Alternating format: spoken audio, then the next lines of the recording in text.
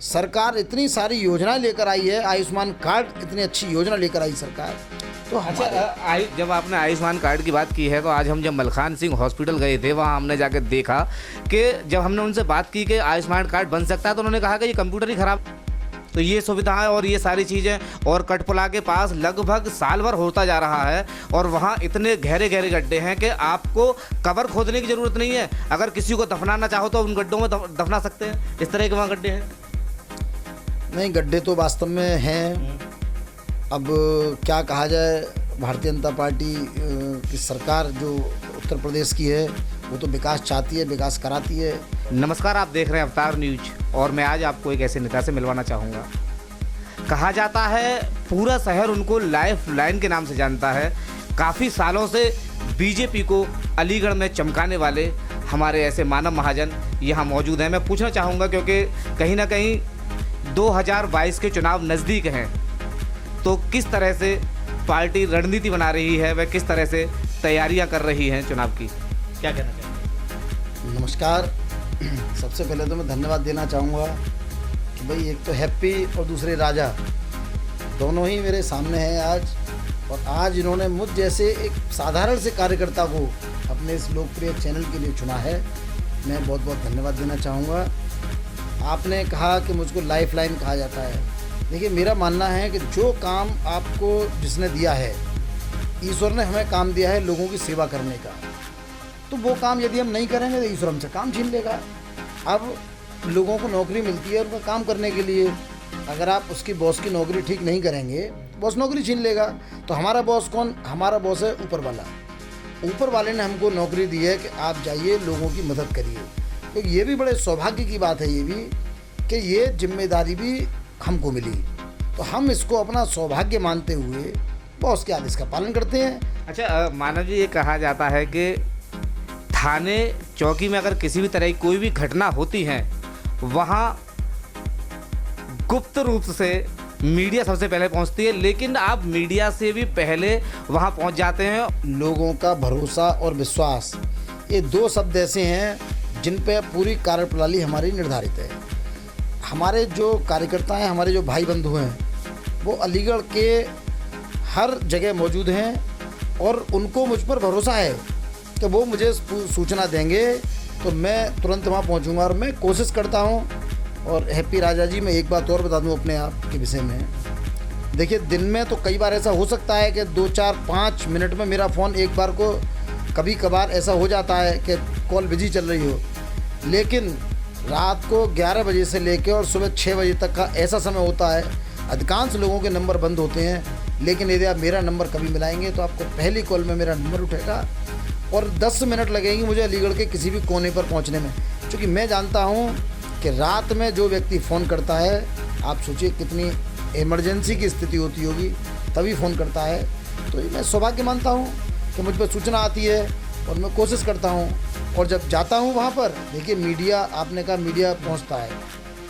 इस समय चाहे सरकार भारतीय जनता पार्टी की हो, हमने तो विपक्ष में भी काम किया है, बहुजन समाज पार्टी की सरकार भी देखी है, समाजवादी पार्टी की सरकार भी देखी है, भारतीय जनता पार्टी की सरकार देखी है, तमाम हमने सरकारें केंद्र में प्रदेश में देखी हैं। लेकिन हमने देखा है कि यदि वास्तव में पीड़ित का कोई साथ देता है, हमारी आवाज़ अगर कोई उठाता है, हमारी आवाज़ को मजबूती यदि कोई देता है, तो वो मीडिया होता है। इसीलिए हम जानते हैं कि इस लोकतंत्र का चौथा सबसे मजबूत स्तंभ मीडिया है, उसको हम हमेशा अपने साथ मानते हैं। और किसी भी समस्या पर जहां हमको लग रहा हो कि जहां पीड़ित के साथ अन्याय हो रहा है, वहां मीडिया को उस सूचना को देते हैं और मीडिया वहां पूरा उसकी मदद करता है। अच्छा, अब देखिए कहीं ना कहीं 2022 के चुनाव अब नज़दीक हैं, तो पार्टी किस तरह से तैयारियां कर रही है, वह किस मुद्दे को लेकर चुनाव लड़ा जाएगा? क्योंकि कहीं ना कहीं जो ज़्यादातर जो पार्टी यहाँ आप देखेंगे, सपा पार्टी और आम आदमी पार्टी, इन्होंने घोषणा कर दी है कि हम अगर उत्तर प्रदेश में जीतते हैं तो 300 यूनिट बिजली फ्री मिलेगी, वह 10 लाख लोगों को नौकरी दी जाएगी। बीजेपी सरकार का इस समय मेन मुद्दा क्या रहेगा चुनाव जीतने के लिए, या फिर बीजेपी की तरफ से या उत्तर प्रदेश सरकार की तरफ से भी उत्तर प्रदेश के जनता के लिए कोई नई घोषणा की तैयारी कर रही है सरकार? देखिए, बीजेपी कभी मुद्दे आधारित काम नहीं करती। भारतीय जनता पार्टी राष्ट्र धर्म के पालन के लिए सरकार में आती है। भारतीय जनता पार्टी का काम है इस देश के अंतिम पायदान पर बैठे व्यक्ति तक पहुंचना। पंडित दीनदयाल उपाध्याय जी का जो अंत्योदय का सिद्धांत है, वो सिद्धांत यही था कि सरकार सक्षम व्यक्ति को अंतिम पायदान पर बैठे व्यक्ति के लिए काम करना चाहिए। और आप लोगों ने देखा होगा इस कोरोना काल में जिस प्रकार भारतीय जनता पार्टी ने गरीबों को मुफ्त राशन दिया है, जिस प्रकार रेहड़ी ठेल वालों को मदद की है, सिलेंडर मुफ्त दिए हैं, उज्ज्वला योजना के अंतर्गत गैस कनेक्शन मुफ्त दिए हैं, बिजली कनेक्शन मुफ्त दिए हैं। तो हम मुफ्त नहीं देते, हम व्यक्ति की आवश्यकता के अनुसार उसकी मदद करते हैं। जहाँ जिसको आवास नहीं है, प्रधानमंत्री आवास योजना के अंतर्गत ऐसे बहुत सारे लोगों को आवास दिए गए। तो हम कोई समय देकर काम नहीं करते, हम जाति आधारित काम नहीं करते, हम मुद्दे हमारे कोई नहीं। हमारा मुद्दा सिर्फ यही है कि जिस व्यक्ति को जहाँ ज़रूरत जैसी हो, कहते हैं ना, जहाँ कम वहाँ हम। हमें गर्व है कि हम ऐसी पार्टी के कार्यकर्ता हैं। हम राष्ट्रीय स्वयंसेवक संघ के वो स्वयंसेवक हैं जहाँ हमें सिखाया जाता है कि सेवा ही ध्येय है, सेवा ही संगठन है।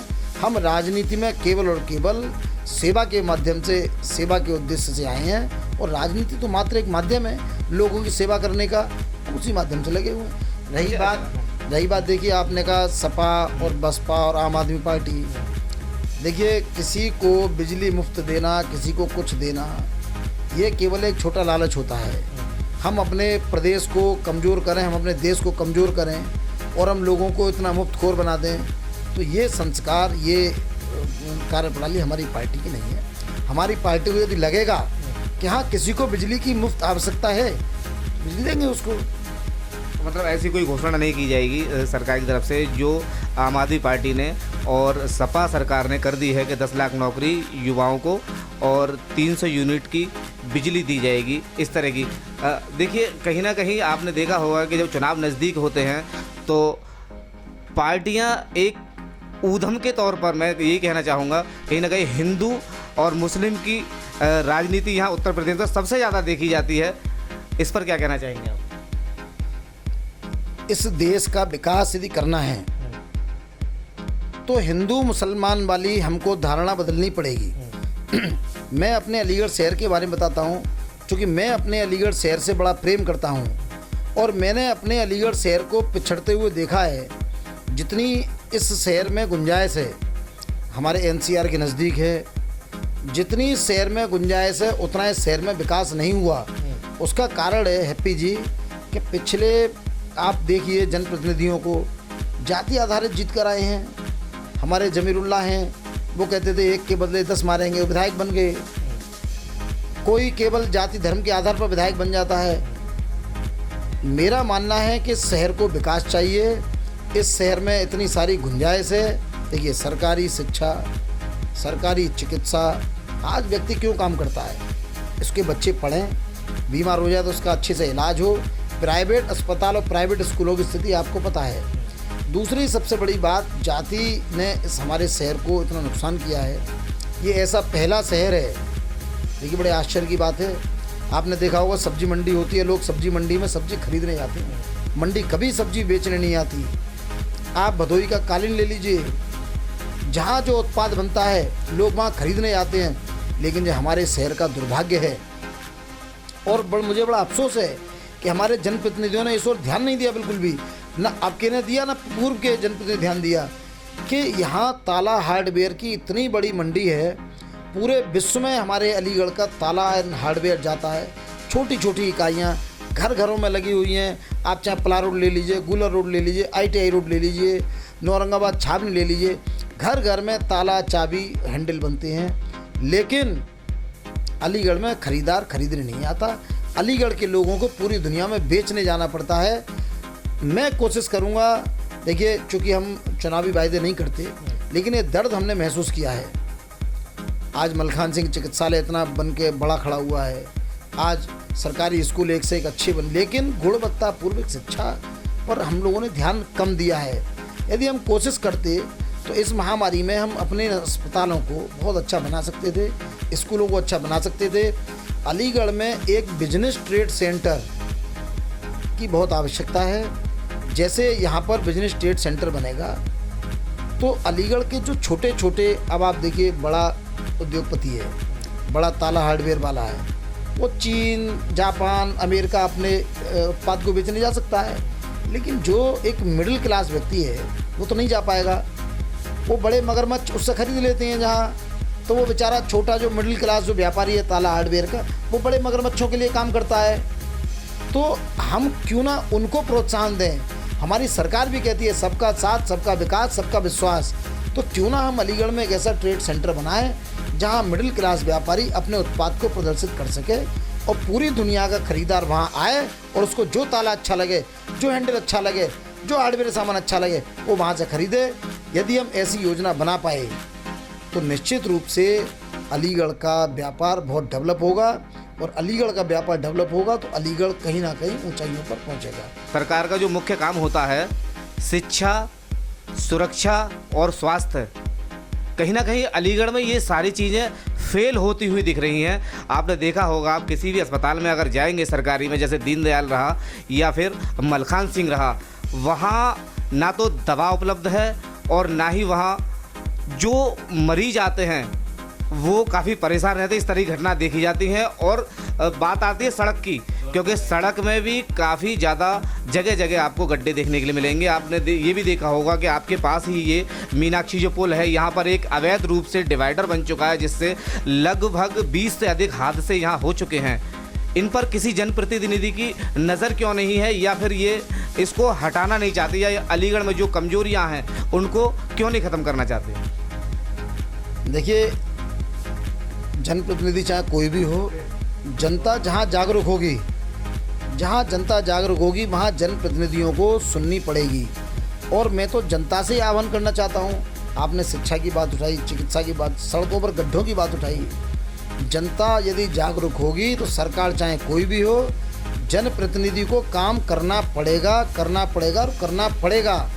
ये बिल्कुल सच्चाई है कि आज अलीगढ़ प्राइवेट स्कूल और प्राइवेट हॉस्पिटलों का एक हब बन गया है। आज यहाँ पर एक मिडिल क्लास में देखता हूँ, जब एक साधारण सा व्यापारी, साधारण सा दुकानदार या साधारण सा नौकरी पेशे वाला व्यक्ति जब अपने बच्चे का या खुद का इलाज कराने प्राइवेट हॉस्पिटलों में जाता है तो मैं देखता हूँ उसके लिए कर्ज लेता है। मुझे बड़ा दर्द और अफसोस होता है कि इतनी सरकार की जिम्मेदारी, और सरकार चाहती है, सरकार इतनी सारी योजनाएं लेकर आई है, आयुष्मान कार्ड इतनी अच्छी योजना लेकर आई सरकार। तो अच्छा, जब आपने आयुष्मान कार्ड की बात की है, तो आज हम जब मलखान सिंह हॉस्पिटल गए थे, वहाँ हमने जाकर देखा कि जब हमने उनसे बात की कि आयुष्मान कार्ड बन सकता है, तो उन्होंने कहा कि ये कंप्यूटर ही ख़राब।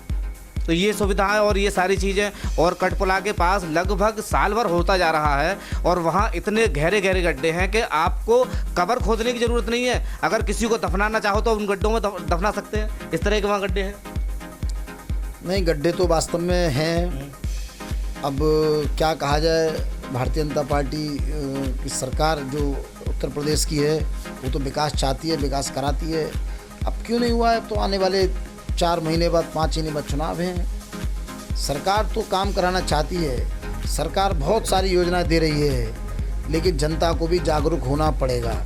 जनता को भी कोई जनप्रतिनिधि हो, मैं देखिए वर्तमान की बात नहीं कर रहा, वर्तमान चलिए कुछ करते दिख तो रहे, कुछ कर तो रहे। जनता ने कभी इन लोगों से पूछने का प्रयास ही नहीं करा कि आखिर हमने आपको चुना है तो आपने हमारे शहर के लिए क्या किया है। अपनी उपलब्धि तो बतानी चाहिए ना। ये जिम्मेदारी जनता की भी है, मैं भी जनता का एक सेवक हूँ। कुछ मर्यादा हैं, मैं बोल नहीं सकता, लेकिन मुझे भी लगता है कि जितना काम हुआ है वो तारीफ़ काबिल है, लेकिन उससे कई गुना ज़्यादा काम होना चाहिए था, और उससे कई ज़्यादा गुना काम होना चाहिए। ये शहर बहुत पिछड़ा हुआ शहर है, इस शहर को अब तक बहुत आगे हो जाना चाहिए था, लेकिन इस शहर नहीं हो पाया। ये दुर्भाग्य। जाति आधारित राजनीति इस शहर की बहुत बड़ी एक समस्या रही है। यहाँ जाति और धर्म के नाम पर लोगों ने चुनाव लड़े हैं। यहाँ लोगों ने चुनाव विकास के नाम पर लड़े ही नहीं। आज भी जब चुनाव की बात आती है, मुस्लिम खेमे से एक व्यक्ति, हिंदू खेमे से एक व्यक्ति, सब अपनी अपनी बात करते हैं। अरे विकास की बात करो ना, हिंदू एरिया में विकास होना चाहिए, मुस्लिम एरिया में विकास होना चाहिए। हिंदू और मुसलमान इस देश की 2 आंखें हैं। हमारे शहर में एक कहावत है ताला यदि हिंदू बनाता है तो चाबी मुस्लिम बनाता है। हमें अगर विकास आधारित हम काम करेंगे तो इस शहर का सांप्रदायिक वातावरण ठीक होगा, और सांप्रदायिक वातावरण ठीक होगा तो केवल और केवल हमारी सोच, हमारा ध्यान विकास पर होगा। और जब विकास पर होगा तो जब सरकार देने वाली है, केंद्र और प्रदेश सरकार ये तमाम सारी चीज़ें लेकर बैठी है, कोई लेने वाला होना चाहिए, ये देने बैठे हैं। आप देखिए आज स्मार्ट सिटी में अलीगढ़ आया है। अरे स्मार्ट सिटी में जनप्रतिनिधि लोग कम से कम ये पूछते, जनता का भी सहयोग लेते।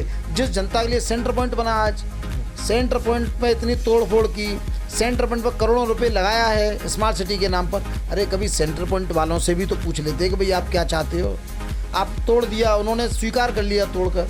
आदमी व्यक्ति एक घर बनाता है तो घर में भी सारे बच्चों को, परिवार को इकट्ठा करता है और इकट्ठा करके पूछता है कि भाई कहाँ कैसा क्या बनाना चाहिए, नक्शा दिखाता है। क्यों नहीं दिखाया?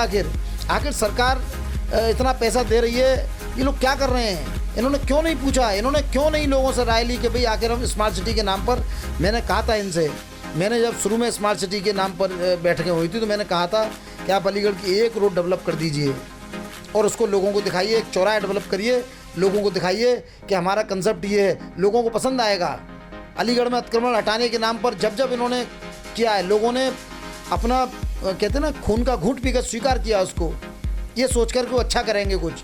आज भी देख लीजिए सेंटर पॉइंट पर 6-6 इंच 8-8 इंच पानी बढ़ता है।